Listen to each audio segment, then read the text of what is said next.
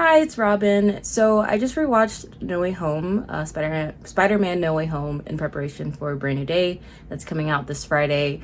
And I really wanted to see if I had some of the same thoughts that I had when I first watched the movie because I definitely didn't like the movie back in 2022 for a myriad of reasons. And I wanted to see if I still felt that way because I've been hating on it since.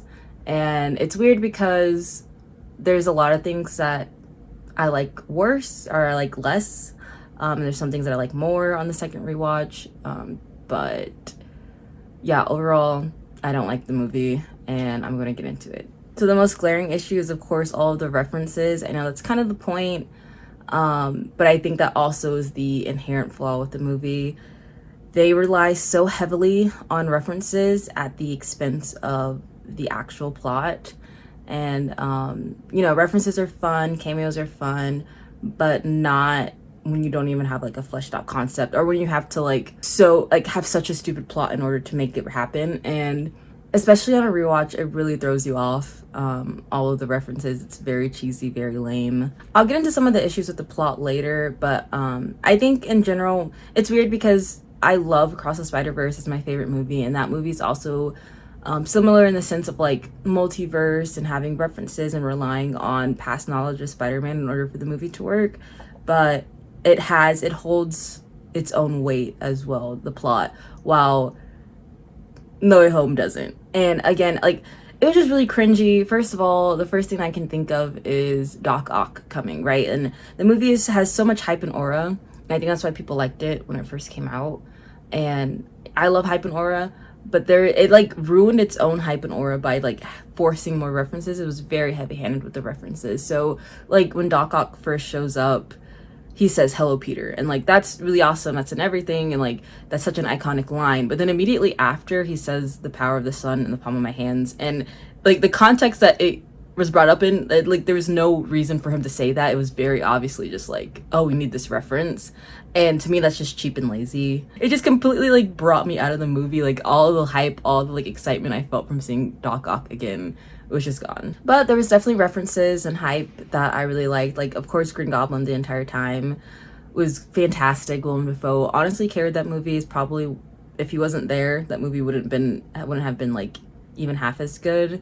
So like, yeah, seeing the like Green Goblin grenades, I don't know the exact term, being thrown onto the overpass, like that's super awesome. That's really fun. And like I got super hyped for the Electro theme. We only got it for like a few seconds, I guess, because like, you know, Hans Zimmer probably didn't want to give him the rights. But yeah, we got the Electro theme for a second. Like there's some really fun parts. A lot of them have to deal with Green Goblin. Another hype moment that I really like is Green Goblin. That Green Goblin, what is it called? The Green Goblin Spidey senses scene is just absolutely amazing. I love the like shaky cam fish islands effect that's going on. I think Willem Dafoe did a great job, and I think Willem Dafoe did a really good job at keeping the audience empathizing with Norman, which is required for us to feel that kind of push and pull at the end when Peter wants to kill Norman. I think in general they relied way too heavily on references. So yeah, it really felt like the entire movie, I don't know, following the drama with Sony and MCU, that movie just, it pisses me off because it literally just feels like some like marketing campaign to show that Sony and MCU like made an agreement, and that's what really just took me out of it as well. It seems it like comes across as they had no intention of doing that, but they had to bring Sony Spider-Man into it in order to keep the IP.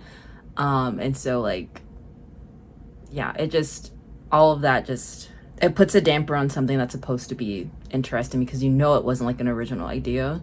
It was, you know, a product of capitalism, basically a product of like executives. Some other thing that was super annoying was like Zendaya about to fall and die. Like, I don't know, we get it. Like Gwen Stacy died, I don't know, it was just such a weird scene. There was no stakes. I don't even know how to describe it. It just felt so corny on a rewatch. So the reason why I absolutely did not like the movie first coming out of the theaters back in 2022 was because of the absolute character assassination I felt that they gave Peter Parker. I did like Far From Home when I first watched it. Now I'm like, okay, it's not that good of a movie, but I really liked Far From Home, especially after seeing Endgame. Watching Far From Home, I liked the character development that I saw in Peter, even though it was still like a very unserious movie. I liked seeing Peter grow and not be like that dumb teenager anymore. And then they just completely reverted that in No Way Home, which was really annoying. Even worse than like the Mysterio, I think and they make it so obvious, like they understand that, but I think they try to like use humor to kind of skirt past it when like, no, you are backtracking on a character that literally went to space, fought an alien that wanted to kill half the population, died, came back to life, saw his like mentor and father figure die, and then tried to find a different father figure who he had to realize like, and then realized he was naive, and then that father figure also died, and now he's dumb enough, he's like 18 and is dumb enough to want to use a spell to get into MIT. Like, it's just everything else that was good in that movie just gets completely ruined because of the fact that that happened at the beginning. Like, I'm not buying into it that Peter would do that, even if he's young, even if he's significantly younger than all the other superheroes in the MCU. I'm just not buying that Peter, who fought in Infinity War and Far From Home and Civil War, would also do something so stupid. And again, it's like they only had to do that because they had to merge like Sony and Disney IPs. So that just like, yeah, I just kind of ruined the entire movie for me. And it ruined, like, in hindsight, it kind of ruins the only good parts of Far From Home, because the good parts of Far From Home is Peter kind of getting his spidey senses and realizing that like he needs to trust himself and to be more wary of other people, and like maybe not wary of other people, but like trusting in himself as a superhero. But then to then think that like the first point of action is to go to Doctor Strange, it's just very silly. It's really annoying. And then we get to the absolute most sickening part of this entire movie is spoiler alert, Aunt May's death. Aunt May's death was probably the most unnecessary death I've ever seen in cinematic history. Super dramatic, but we spent the entire, like, her entire existence in the MCU was just her being objectified and treated as the hot aunt, like, the entire time. And when I first watched it, like, I knew that was an issue for me. I didn't understand why Aunt May had to die. And it felt like a little random. But on second watch, it felt even more random. Like, I thought we had more screen time for Aunt May. We didn't. We had, like, her and Happy, like, joking about, like, being friends with benefits or something, or, like, having a fling. And then, like, one single sincere conversation about, like, being good and giving people second chances. And then she dies. The second time, I just can't even get over it. Like, the second time was significantly worse. Because I get it, right? Like, yeah, you can say Uncle Ben doesn't exist in the MCU, therefore that canon event of like having someone close to him needs to happen. But if that's the case, then you should have developed Aunt May as a character beyond just like her comedic effect of being hot. And they didn't do that, like, at all until this movie, and they did it half-heartedly in this movie. Yeah, and again, like, I liked Far From Home when I first watched it, and so I completely didn't understand, because to me, Tony Stark's death was the Uncle Ben death. Like, since Uncle Ben doesn't exist, his father figure is Tony Stark, and we get more of an interaction between him and Tony Stark than we do with Aunt May, like more sincerity. And so again, they just kind of like, they're like, hey, let's forget most of Far From Home, but let's remember some parts of Far From Home that are convenient. And it's just like poor writing to me. I don't know, it just is very lazy writing. And I think that lazy writing is the most frustrating part of the entire film for me, is that you had all of the good elements that you needed to make a good movie. Like, all you had to do is take the good parts of every other Spider-Man movie and put it together, which they did. But then they strung them together with the most they strung them together with the most nonsensical parts, and like didn't really try on the dialogue. They just most of the dialogue, not most, I wouldn't say most, but a lot of the dialogue was just references to past stuff. Fight scenes were references to past stuff, just cameos, like hold for applause. And then especially like 4 years later, we have no concept, we have no idea what's happening with Venom. Is like what's happening with Ned being able to open portals.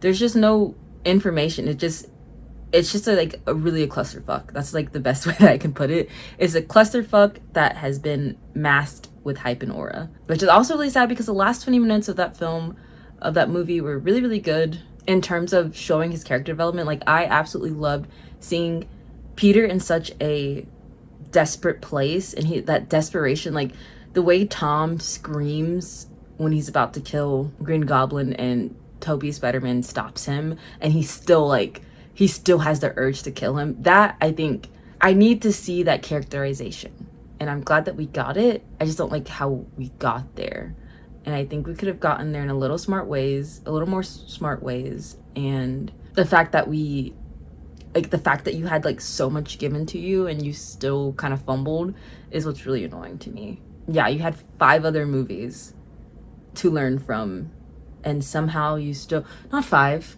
you had 6 other movies to learn from, and you still messed up. So yeah, and I think my last frustration was that I got some shit for not liking No Way Home. Like, oh, how is No Way Home like one of your least favorite Spider-Man movies? And these are the reasons, and people are now starting to see it, a few years later. Like, of course, as a Spider-Man fan, I absolutely understand why it's super fun to have a movie with all the Spider-Man, especially nostalgia, especially back then. I think having another multiverse movie after Infinity War and Endgame, but now, like, I like the movie just as much as when I watched it the first time, which is like a 2 out of 5 stars. So yeah, that's a weird one. It's weird. It seems like something that I should like as with Spider-Man being one of my biggest interests, but it's not. So yeah, that's all I have. I think I'll try to post a video about my brand new day predictions, a little short video maybe, rambling about my brand new day predictions. If you like the video, then like the video. If you want to see more movie reviews and stuff about my life, then subscribe, and I hope you all stay happy and healthy. Bye.